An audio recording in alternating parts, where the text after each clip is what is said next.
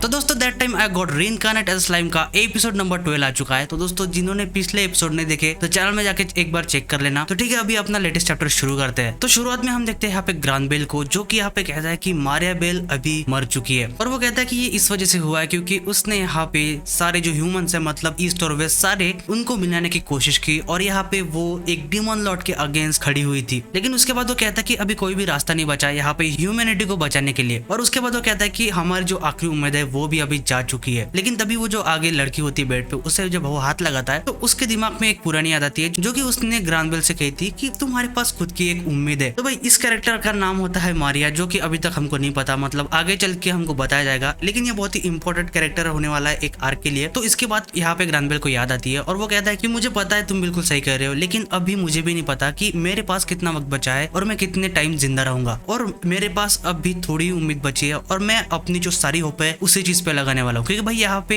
ग्रानबेल बहुत ही बड़ी चीज प्लान करता है। और उसके बाद भाई हम बहुत ही बढ़िया सीन देखते हैं। यहाँ पे ग्रानबेल सीढ़ियों पे चढ़ता है और वो कहता है कि हीरोज, ह्यूमन और डीमन लॉर्ड, अभी जो एग्रीमेंट का वक्त था वो अभी खत्म हो चुका है। मतलब भाई बातचीत का जितना भी वक्त था वो अभी खत्म हो चुका है। और वो ये चीज स्पेसिफिक लुमिनस को कह रहा है। लेकिन उसके बाद अपना सीन शिफ्ट होता है यहाँ पे रीमूर की तरफ। वो भाई उसकी स्पेसिफिक जो स्पेशल जगह है वहां पे बैठा है, मतलब उस झाड़ के ऊपर। और वो हमको बताता है कि अभी 1 महीने से ज्यादा टाइम बीत चुका है, मतलब भाई मारिया बेल की जो मौत हुई थी उससे। और यहाँ पे जो मारिया बेल की मौत हुई उससे एक एक्सीडेंट बताया गया है। मतलब यहाँ पे पूरी दुनिया को ये नहीं बताया गया कि भाई यहाँ पे इनकी फाइट हुई थी। क्योंकि भाई यहाँ पे हम देखते हैं किंगडम ऑफ सेल्टर्स के किंग और क्वीन को। और यहाँ पे रिमूर एक्सप्लेन करता है कि मुझे नहीं लगता कि ये लोग भी चाहते हैं कि इनके बारे में लोगों को पता चले कि कैसे यहाँ पे मारिया बेल ने यहाँ पे अलाइड नेशन के ऊपर अटैक किया है। लेकिन उसके बाद यहाँ पे रिमूर को एक बात सताती है कि भाई अभी जो ग्रानबेल रोजो है वो भाई अभी तक शांत है। मतलब भाई उसके जैसा बंदा अभी तक शांत क्यों बैठा है, उसने अभी तक कुछ किया क्यों नहीं। और उसके बाद वो कहता है कि यूके ने भी अपनी बहुत टाइम से मूवमेंट नहीं की है। लेकिन उसके बाद वो सोचता है कि मेरे ख्याल से अंडरग्राउंड में ये सारी चीजें चल रही है, लेकिन अभी तक उसे पता नहीं है। और उसके बाद यहाँ पे रिमूर कहता है कि बस यहाँ पे बुरी चीजें नहीं हुई है बल्कि अच्छी चीजें भी हो चुकी है। तो यहाँ पे मारिया बेल के कंट्रोल के फ्री होने के बाद यहाँ पे जो काउंसिल है वो भाई टेम्पेस के साइड, मतलब रिमूर के साइड आ चुकी है। और भाई यहाँ पे टेम्पेस जो है वो काउंसिल का बिगेस्ट फैक्शन होने वाला है। लेकिन उसके बाद रफाल सेन से आके यहाँ पे रिमूर से कहते हैं कि देखो यहाँ पे जो डोमेस्टिक है और जो फॉरेन इश्यूज है वो अभी तक पेंडिंग है, मतलब भाई अपना जो काम है वो बहुत बढ़ने वाला है। तो यहाँ पे रिमूर कहता है कि अभी हम काउंसिल के बिगेस्ट फैक्शन बनने वाले हैं। तो उसके वजह से मेरा जो गोल है, जो कि भाई इसका मैन और मॉन्स्टर का जो अलायंस वाला गोल है, वो अभी बहुत जल्दी मतलब अच्छे से कंप्लीट हो सकता है। और भाई उसके बाद अपना सीन शिफ्ट होता है एक मीटिंग के अंदर जो कि टेम्पेस में चल रही है। और यहाँ पे रिमूर सबको थैंक यू कहता है यहाँ पे आने के लिए। और यहाँ पे वो कहता है कि मुझे तुम सबको एक चीज बतानी है, मतलब बहुत ही इंपॉर्टेंट चीज होती है। और वो कहता है कि अभी टेम्पेस जो है वो अपने नए फेज में जाएगा, मतलब एक नेक्स्ट स्टेज पे जाएगा। तो भाई यहाँ पे बेनीमारो को भी पता नहीं होता। लेकिन दूसरी तरफ भाई अपना गोपटा चिल्ला के कहता है कि क्या हम फिर से एक फेस्टिवल करने वाले हैं। तो भाई रिमूर यहाँ पे थोड़ा गुस्सा के चिल्लाता है कि बिल्कुल भी नहीं। तो उसके बाद यहाँ पे रिमूर एक्सप्लेन करता है कि टेम्पेस जो है वो अभी काउंसिल का बिगेस्ट फैक्शन बन चुका है। तो यहाँ पे वो एक्सप्लेन करता है कि वेस्टर्न नेशन में जितनी भी ह्यूमन सोसाइटीज है, तो भाई वहां पे जो टेम्पेस्ट है वो अभी बहुत ही डीपली इन्वॉल्व होने वाला है, क्योंकि भाई वो अभी फैक्शन का पार्ट बन चुके हैं इस वजह से। तो रिमूर कहता है कि भाई इस वजह से हमारा जो इवॉल्व होने का वक्त है वो अभी आ चुका है और हमें यहाँ पे हमारे टेम्पेस्ट को एक कॉन्स्टिट्यूशनल स्टेट बनाना चाहिए। और भाई यहाँ पे गोप्टा और बाकी लोगों को समझ में नहीं आता कि आखिर ये कॉन्स्टिट्यूशनल स्टेट है क्या। तो भाई यहाँ पे जो अपनी शुना होती है वो क्वेश्चन करती है कि आखिर ये चीज है क्या। तो यहाँ पे रिमूर एक्सप्लेन करता है कि कॉन्स्टिट्यूशनल स्टेट एक ऐसी चीज है जहाँ पे एक कंट्री एक लॉ के जरिए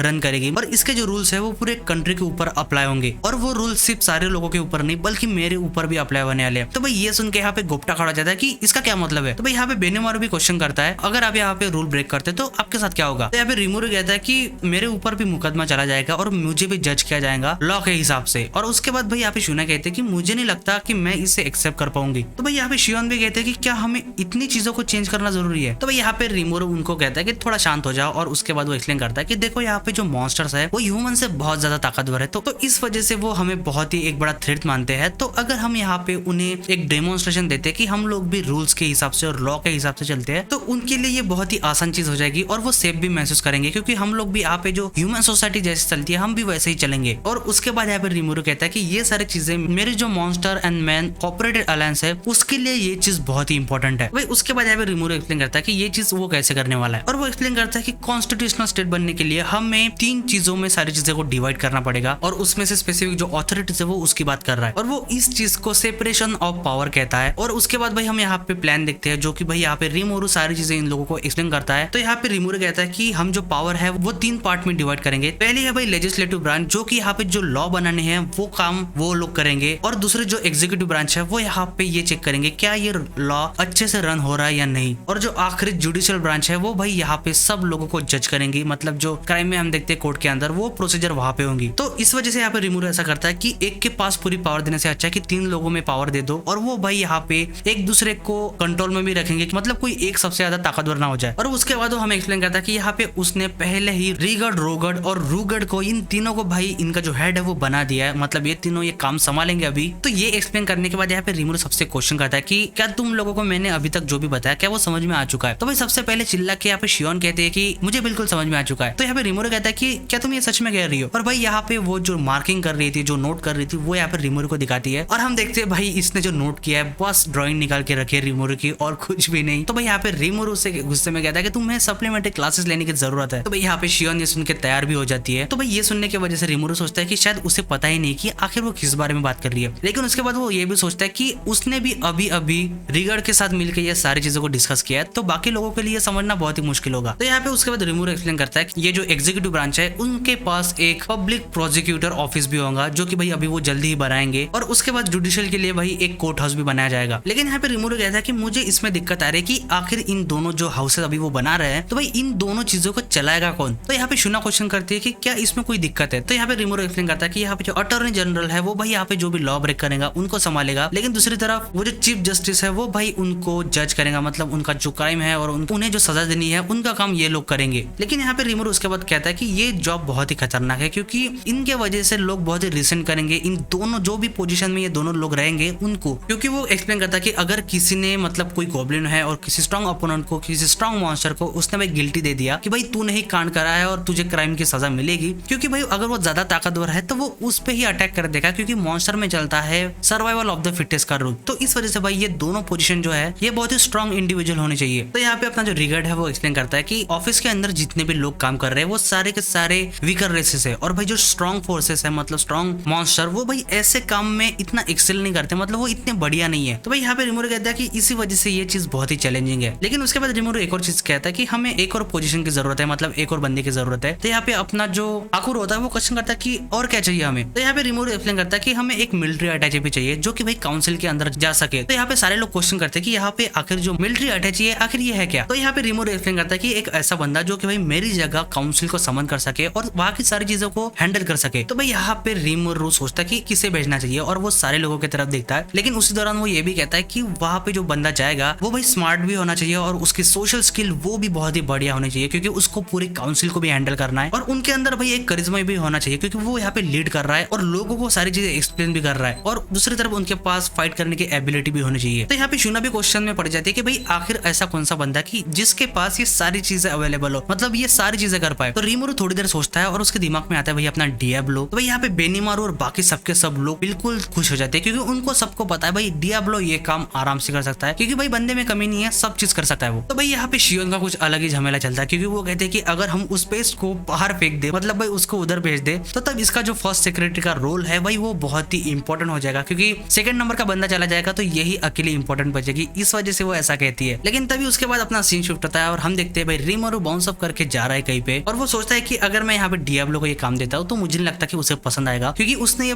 बाकी के जो फालतू की काम है उन्हीं को निपटाने के लिए वो सबऑर्डिनेट को ढूंढने गया है और उन पे ही वो काम देगा। तो वो शायद मुझे लगता कि वो ऐसे काम करना चाहेगा। लेकिन तभी उसके बाद यहाँ पे रिमूरो को जाते वक्त एक दरवाजा ओपन दिखता है, और भाई वो उस रूम के अंदर जाता है और उसे दिखती है भाई मिलिम, जो कि उस अंडे को लेके अभी भी सोई है और वो उसी के पास है अभी भी। तो भाई वहाँ पे रिमूरो उधर से निकल जाता है आराम से, लेकिन वो जाते जाते उसके ऊपर ब्लैंकेट भी रख देता है। तो भाई यहाँ पे रिमूरो उसके बाद बाहर आ जाता है और वो सोचता है कि देखो अभी कुछ लोग यहाँ पे है नहीं, जैसे कि डियाब्लो नहीं है। तो वो कहता है कि भाई जो लोग यहाँ पे नहीं है उनके बारे में सोच के कोई भी फायदा नहीं है। तो उसके बाद वो सोचता है कि उसे बस यहाँ पे ऑब्जर्वेशन करना चाहिए कि क्या चल रहा है और क्या नहीं। लेकिन तभी भाई उसके पीछे एक बहुत बड़ा ब्लास्ट होता है और वो भी यहाँ पे शॉक हो जाता है कि भाई आखिर हुआ क्या। तो भाई तभी अपना सीन शिफ्ट होता है कुरोबे की तरफ, और वहाँ पे रिमूरो आ जाता है और वो कुरोबे से पूछता है कि भाई आखिर यहाँ पे हुआ क्या। तो भाई यहाँ पे हम देखते हैं कुरोबे के हाथ में एक स्वॉर्ड है और वो उसको टेस्ट कर रहा था। लेकिन तभी वहाँ पे रफाल सेंसे रिमूरो को एक्सप्लेन करते हैं कि ये एक ब्रॉड स्वॉर्ड है जो कि ट्रांसफॉर्म हो चुकी है एक मैजिकल स्वॉर्ड में। तो भाई ये सुन के यहाँ पे रिमूरो सोचता है कि क्या तुमने सच में ये चीज कर ली, क्योंकि भाई यहाँ पे रिमूरो ने उसको एक आइडिया दिया था। लेकिन तभी कुरोबे रिप्लाई करता है कि बिल्कुल सही कहा, क्योंकि तुमने मुझे जो आइडिया दिया था वो मैंने कंप्लीट कर लिया है। तो भाई उसके बाद कुरोबे उसको एक्सप्लेन करता है कि अगर हम इस कोर को इस होल में डाल देते तो उस कोर के बाद जो भी एट्रीब्यूट है वो भाई इसके अंदर आ जाएगा और उस वजह से ये एक मैजिकल वेपन बन जाएगा। तो यहाँ पे रिमूरो को बहुत सारे कोर दिखते हैं। तो यहाँ पे कुरोबे एक्सप्लेन करता है कि तुम बिल्कुल सही सोच रहे हो, क्योंकि यहाँ पे जो भी कोर्स रखे हैं उन सबके एट्रीब्यूट्स डिफरेंट है उनके कलर पे बेस्ड। तो भाई यहाँ पे लाल वाले फायर समझ लो, ब्लू वाले वाटर, ऐसे ही बाकी के भी है। और यहाँ पे कुरोबे कहता है कि मैं इन सबको एलिमेंट कोर कहता हूँ। और उसके बाद कुरोबे एक्सप्लेन करता है कि इनका जो कॉम्बिनेशन है उस वजह से डिफरेंट टाइप का आउटपुट भी हमें मिल सकता है। तो तभी भाई रिमोरू सोचता है कि एक मिनट, तो क्या ये जो ब्लास्ट हुआ ये इसी की वजह से हुआ? तो तभी भाई यहाँ पे कुरोबे कहता है कि तुमने बिल्कुल सही कहा। और उसके बाद कुरोबे उसे शो करता है कि आखिर ये चीज काम कैसे करती है। और भाई वो फायर कोर को यूज कर रहा है यहाँ पे। और भाई हम उस मैजिकल शॉट का अटैक देते हैं जो कि बहुत ही बढ़िया होता है। लेकिन उसके बाद यहाँ पे फिर से उसमें वो वाटर कोर भी डाल देता है, मतलब यहाँ पे एक फायर और एक वाटर। तो उस वजह से जब वो ट्राई करता है तो भाई उसका जो आउटपुट है वो भाई कम हो जाता है। लेकिन उसके बाद भाई वो 2 फायर कोर और एक वाटर कोर को इस्तेमाल करता है। उस वजह से भाई जब वो अटैक करता है तो उसके वजह से एक बहुत ही खतरनाक ब्लास्ट होता है। और वो कहता है कि इसके वजह से अभी हम पिछले टाइम से 10 गुना ज्यादा पावर को जनरेट कर रहे हैं यहाँ पे। तो भाई यहाँ पे रिमोरू बहुत ही खुश हो जाता है क्योंकि ये एक वेपर एक्सप्लोजन था। तो भाई यहाँ पे रफाल जन से उसे एक्सप्लेन करते हैं कि तो अगर हम यहाँ पे डिफरेंट कॉम्बिनेशन को इस्तेमाल करते हैं तो भाई इस शॉट की जो पावर है उसका पोटेंशियल लेजेंडरी ग्रेड तक भी जा सकता है। लेकिन तभी भाई यहाँ पे रिमोरू बहुत ही खुश होता है। लेकिन उसके बाद उसे एक चीज याद आती है और भाई उसकी जो कटाना थी उसने जो यूकी के आगे इस्तेमाल की थी वो उसको निकालता है। और वो कुरोबे से कहता है कि तुम्हें शायद इसको एक बार देख लेना चाहिए। तो तभी भाई वहां पे वो अपना माना पोर करता है और उस कटाना का भाई कलर जो है वो रेनबो की तरह हो जाता है। तो भाई यहाँ पे कुरोबे भी शॉक होता है क्योंकि उसे लगा कि पहले गोल्डन था लेकिन उसका भाई मल्टी कलर हो जाता है। लेकिन उसके बाद यहाँ पे रिमोरू एक्सप्लेन करता है कि मैं जब फाइट कर रहा था तो उसी दौरान ये चीजें हुई, तो मुझे भी नहीं पता कि आखिर ऐसा कब हुआ। तो भाई यहाँ पे रफाल जन से एक्सप्लेन करते हैं कि ये अभी एक डिवाइन स्टील बन चुका है जिसे हम स्कारलेटाइट भी कहते हैं। तो भाई इसका नाम सुनते ही कुरोबे के एक्सप्रेशन चेंज हो जाते हैं और वो कहता है कि ये बहुत ही खतरनाक मेटल बन चुका है, मतलब इम्यूटेबल मेथड जो कि भाई कभी भी चेंज नहीं हो सकता, जिसकी भाई कहानियों में बात होती है। तो यहाँ पे रिमोरू कहता है कि क्या सच में ये इतनी बेहतरीन है, तो क्या हम इसे एक लेजेंडरी ग्रेड कह सकते हैं? तो भाई यहाँ पे अपना कुरोबे कहता है कि ये एक लेजेंडरी ग्रेड नहीं बल्कि उसके भी पार जा चुकी है और मेरे ख्याल से वो शायद यहाँ पे जो मिथिकल गॉड ग्रेड है वहां तक तो जा ही सकती है। तो भाई ये सुन के रिमोरू बड़ा खुश हो जाता है। लेकिन उसके बाद अपना सीन शिफ्ट होता है जहाँ पे रिमोरू फिर से निकल चुका है सब चीजों को ऑब्जर्व करने के लिए। और उसके बाद वो देखता है कि यहाँ पे जो स्टेशन का काम है वो भाई बहुत ही बढ़िया तरीके से चल रहा है और जो भाई टेम्पेस्ट से यूरोजनिया तक जो रोड जा रहा था उसका भी कंस्ट्रक्शन बहुत ही बढ़िया चल रहा है। और तभी भाई वो ट्रांसपोर्ट करता है खुद को एनिमल किंगडम ऑफ यूरोजनिया में, जहाँ पे भाई अपना गिल्ड भी काम कर रहा है। और वहाँ पे वो देखता है कि यहाँ पे जो टावर का काम है वो बहुत ही बढ़िया तरीके से चलता है। तो तभी हम यहाँ पे गिल्ड को देखते हैं जो कि वहाँ पे काम कर रहा है। लेकिन तभी उसके पास आता है रिमोरू। तो तभी भाई ये दोनों एक दूसरे को ग्रीट करते हैं। लेकिन उसके बाद ये दोनों बात करने बैठ जाते हैं और यहाँ पे रिमोरू उससे कहता है कि तुमने जो ग्राउंड वर्क है वो भाई कंप्लीटली कर दिया है, तो मैं उससे बहुत ही सरप्राइज हूँ। तो यहाँ पे जो अपना गिल्ड है वो एक्सप्लेन करता है कि यहाँ के जो मार्जिन है वो बहुत ही हार्ड वर्क कर रहे हैं, शायद इस वजह से काम जल्दी हो गया। और उसके बाद वो कहता है कि ये सब तुम्हारी वजह से हुआ ग्रेट रिमोरू, क्योंकि वो एक्सप्लेन करता है कि जब यहाँ पे काम चालू हुआ था तो ये जो मार्जिन है वो भाई उनके कामों में बिल्कुल भी इन्वेस्टेड नहीं थे, मतलब वो करना ही नहीं चाहते थे। तो यहाँ पे रिमोरू कहता है कि तुम इनके जो बॉस हो तो भाई तुम्हारे लिए तो ये बहुत ही दिक्कत वाली चीज हो गई होंगी। तो यहाँ पे अपना गिल्ड एक्सप्लेन करता है कि मैंने पहले वहाँ पे जाके उनके पास उनकी जो प्रॉब्लम्स है उनको सुना और भाई वो उनके पास बॉटल भी ले जाता है पीने के लिए, जैसे कि भाई यहाँ पे रिमोरू ने उसके साथ किया था। और जब उसकी प्रॉब्लम सॉल्व की थी वैसे ही यहाँ पे गिल्ड भी भाई उसका एक ट्राई करता है इन लोगों की प्रॉब्लम को सॉल्व करने के लिए। और उनकी भाई यहाँ पे गिल्ड बातें सुनता है और ये बंदे सब क्लेमैन के लिए काम कर रहे थे, तो उनको लगा कि जब इनका काम हो जाएगा तो भाई इनको फेंक दिया जाएगा, इस वजह से इनको इतना डर लग रहा था। लेकिन उसके बाद भाई यहाँ पे गिल्ड जो है वो इनको उसके एक्सपीरियंस के बारे में बताया कि कैसे ये जो ऑर्क है और इनका जो ऑर्क लॉर्ड था तो भाई उन्होंने कितने लोगों को मारा और इन्होंने कितने कांड किए थे। लेकिन उसके बावजूद भी यहाँ पे रिमोरू ने इन लोगों को माफ कर दिया और बल्कि रहने के लिए जगह भी दी और काम भी दिया करने के लिए। तो भाई ये सुनने के बाद यहाँ पे रिमोरू कहता है कि मैं बहुत ही ग्लैड हूँ गिल्ड, क्योंकि मैंने ये काम तुम्हें सौंपा, क्योंकि भाई यहाँ पे गिल्ड बहुत ही बढ़िया काम कर रहा है, क्योंकि वो उसके जो सबऑर्डिनेट है उनको भी बहुत ही बढ़िया तरीके से हैंडल कर रहा है। लेकिन यहाँ पे गिल्ड भी थैंक यू कहता है क्योंकि वो इस वजह से थैंकफुल है क्योंकि भाई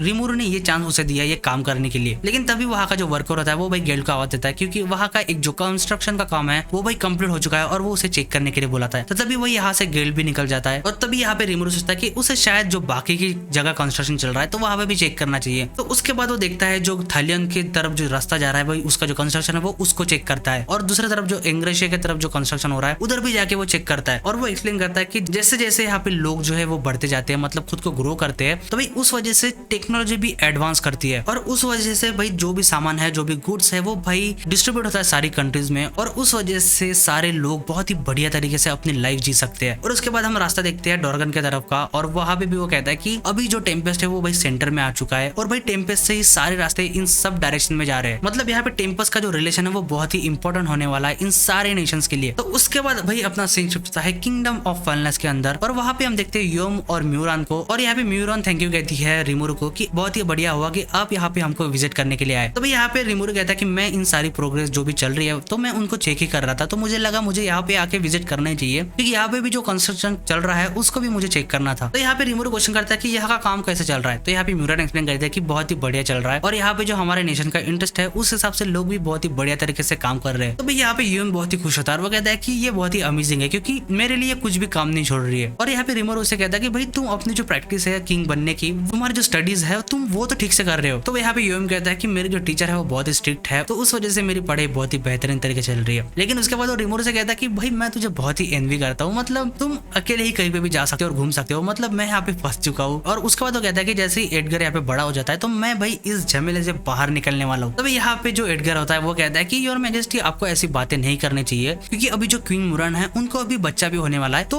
उनका जो बेटा या बेटी होगी वही भाई क्वीन या क्वीन बनेगा। तो तभी भाई यहाँ पे रिमोरू ये सुन के शौक होता है कि क्या मतलब इसका कि तुम्हें बच्चा होने वाला है। तो यहाँ पे एडगर कहता है कि क्या तुमने अभी तक सर रिमोरू को ये सारी चीजें एक्सप्लेन नहीं की है। तब ये दोनों कहते हैं कि हमें बहुत ही शर्म आ रही थी ये चीजों को बताते हुए, तो हमने इस वजह से बताया नहीं। और भाई उसके बाद रिमोरू ये सुनते ही इन दोनों को कॉन्ग्रेचुलेट करता है और भाई ये दोनों भी थैंक यू कहते हैं। लेकिन उसके बाद यहाँ पे रिमोरू क्वेश्चन करता है कि ग्रूशियस का क्या हुआ। तो भाई यहाँ पे एडगर एक्सप्लेन करता है कि कैप्टन ग्रूशियस बहुत ही शॉक में जा चुके हैं इस न्यूज की वजह से, क्योंकि भाई ये बंदा भी इसके पीछे लगा था, तो उस वजह से भाई बंदा बहुत ही शॉक में जा चुका है। तो यहाँ पे रिमोरू भी कहता है कि भाई मेरी एम्पैथी उसके साथ है क्योंकि पता नहीं वो क्या करेगा अभी। लेकिन तभी भाई यहाँ पे रिमोरू को कॉल आता है रामिरेज का, वो कहते हैं कि यहाँ पे बहुत ही बड़ी चीज हुई है तो जल्दी से वापस आओ। भाई यहाँ पे रिमोरू कहता है कि यार मुझे ऐसे डराओ मत, कुछ बता तो सही आखिर हुआ क्या। लेकिन यहाँ पे रामिरेज कहते हैं कि कुछ मत कहो, सीधा यहाँ पे वापस आओ क्योंकि एक बहुत ही बड़ी न्यूज है। तो भाई तभी अपना सीन शिफ्ट होता है अपने डंजन के अंदर, मतलब अंडरग्राउंड 95th फ्लोर पे जहाँ पे भाई इनकी रिसर्च फैसिलिटीज है। तो भाई यहाँ पे रामिरेज और वेल्डरा दोनों ही कहते हैं कि टाइम पास मत करो और जल्दी आओ। तो भाई यहाँ पे रिमोरू पूछता है कि आखिर हुआ क्या, बताओ तो सही। लेकिन यहाँ पे ये दोनों कहते हैं कि तुम बस चलो हमारे साथ। लेकिन यहाँ पे रिमोरू कहता है उसके बाद कि भाई अगर ये कोई फालतू चीज निकली ना तो फिर तुम दोनों की खैर नहीं। लेकिन तभी भाई ये दोनों यहाँ पे लाइट बंद कर देते हैं और यहाँ पे रिमोरू सोचता है कि भाई वेल्डोरा रामिरेज गए का, और वो सोचता है कि आखिर ये दोनों प्लानिंग क्या कर रहे हैं। लेकिन तभी भाई एक दरवाजा ओपन करता है और उसके